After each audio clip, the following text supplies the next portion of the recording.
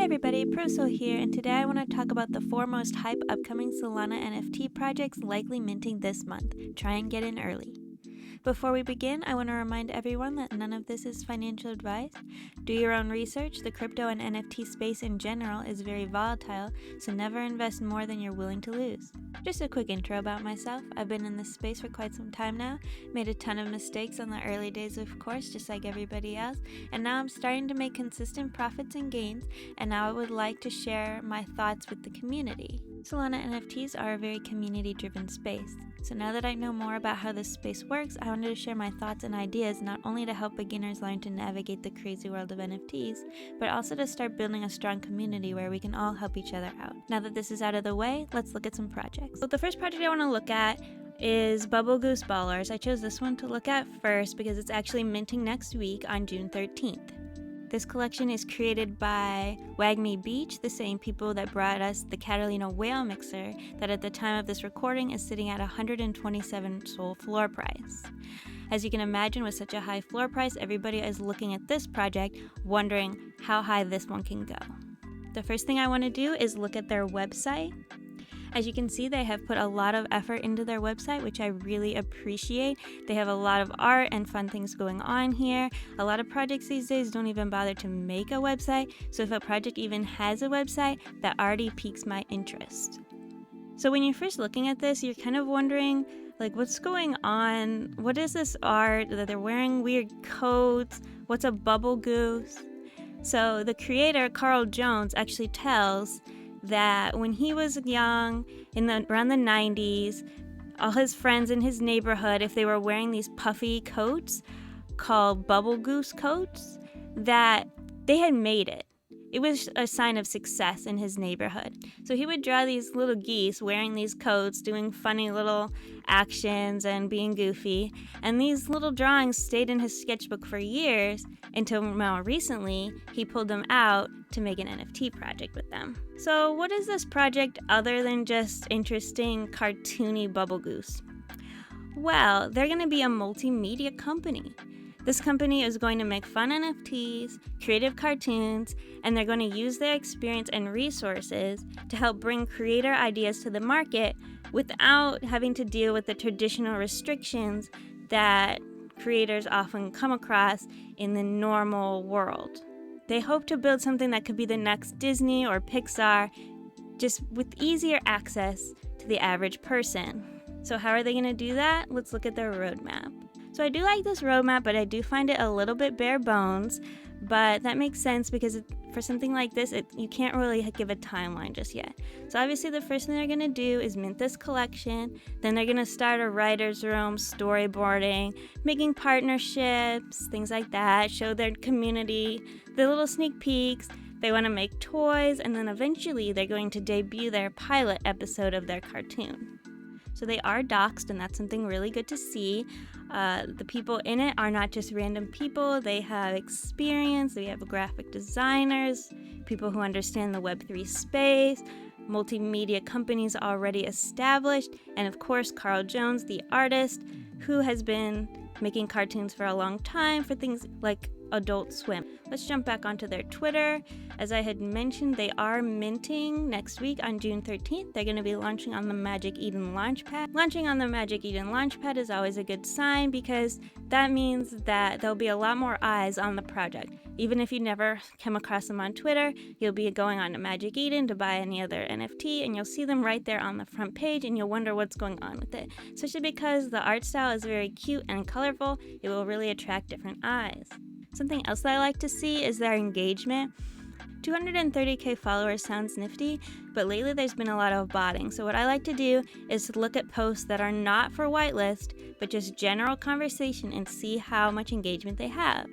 So you can see here that they do have some retweets and likes for something that had nothing to do with actually getting whitelist or any forced engagement.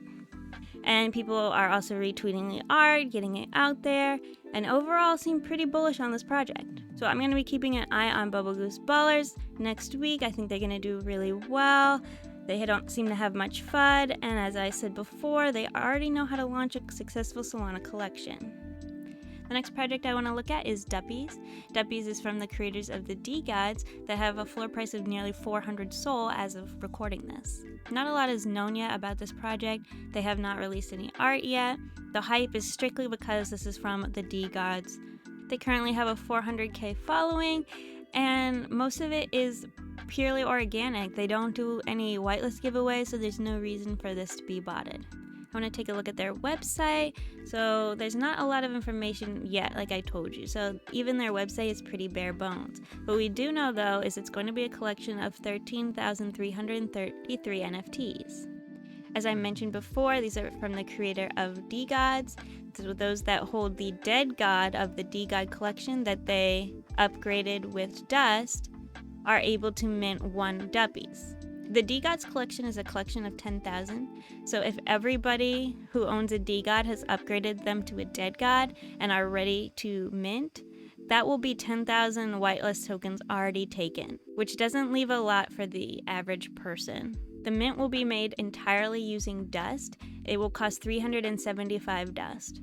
That may not sound like a lot, but currently, dust price is at $2.55. If you multiply that by 375, that is about $956, which is about 24 Sol if Sol remains at $40. Now that's a lot of money.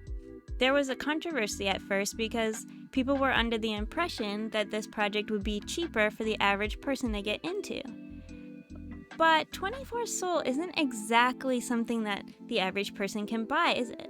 If you are short on funds, they have been running missions and other events to earn dust, as well as mentioning something about scholarships. They haven't gone into detail what these scholarships will be, but there is hope for people who do not have enough dust. There's one other thing that we do know about Duppies, is that there will be staking.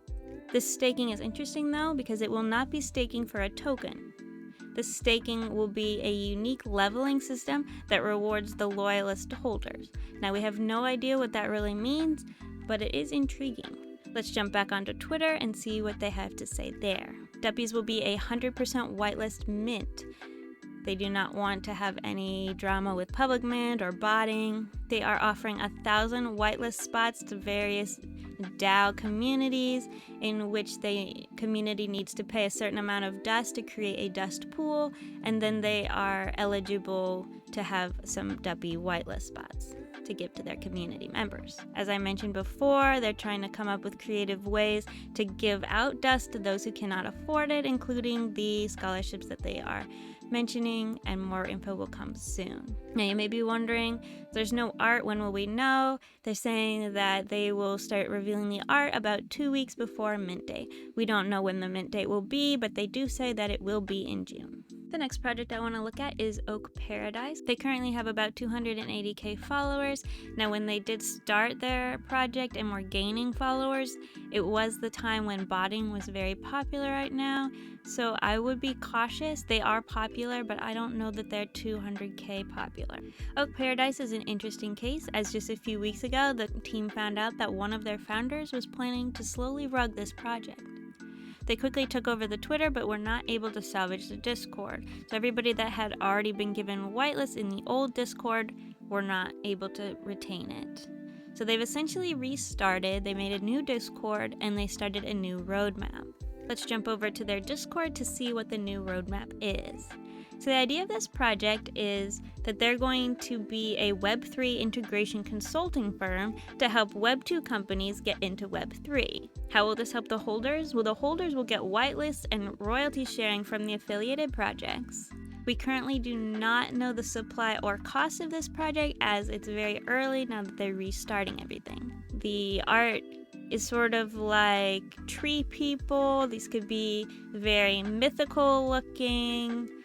These could be pretty good PFPs. We'll have to see. The final project I want to look at today is the Shrouded Playground.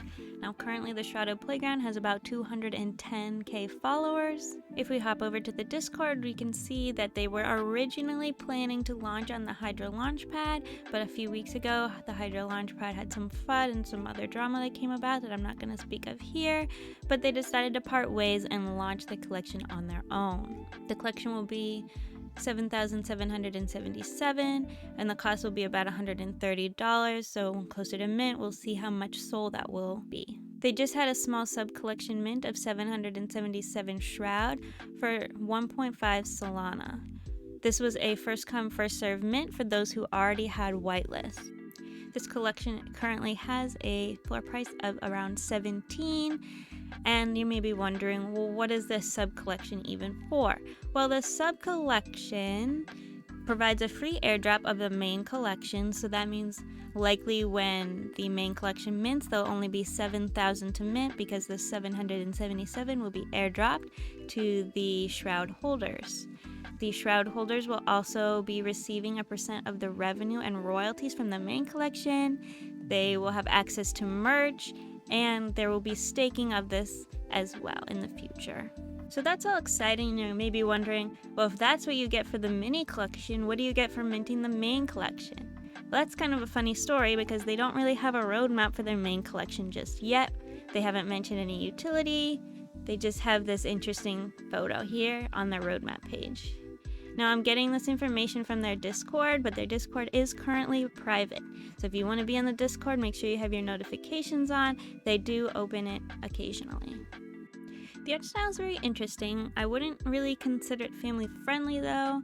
It is very detailed, very small detailing, which can make it hard to be a good PFP project because when it's small on people's profiles, you can't really see what's going on. The fact that it isn't exactly family friendly and more of a niche audience, we might not see a lot of whales fully jumping in on this, but we'll have to see. Looking at their engagement, considering they have 210k followers, I would say that their engagement is not quite the best right now. When you look at things that are not giving whitelist spots, they are only getting a couple hundred retweets and likes. There's still time, and given the fact that the floor price of their sub collection is doing so well, that is very promising.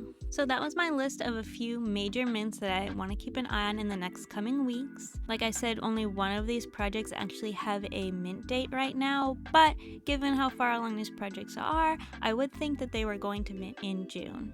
So make sure to keep an eye on them, and hopefully there's still time to grab a last minute whitelist spot if you're lucky on some of these. Remember to do your own research all the way into the last minute. The meta can change and random FUD can come out of nowhere, killing a project right before you launch. So even if the day before you're ready to mint, you're super excited, I encourage you right before you mint to see what's going on, check everything. Lately, Magic Eden has been releasing the project on secondary while it's still minting. Check out what the floor price is, make sure that the floor price is above the mint price, and make sure to check out the Discord and other alpha groups you may be a part of to see what other people are saying about the project. Thank you all for watching, and remember to like and subscribe so you don't miss my next list of top projects and Solana NFT trading tips. Also check out my Twitter at NFT&Meta where I post my daily trading thoughts and upcoming project lists. Until next time, safe trading, Purrple out.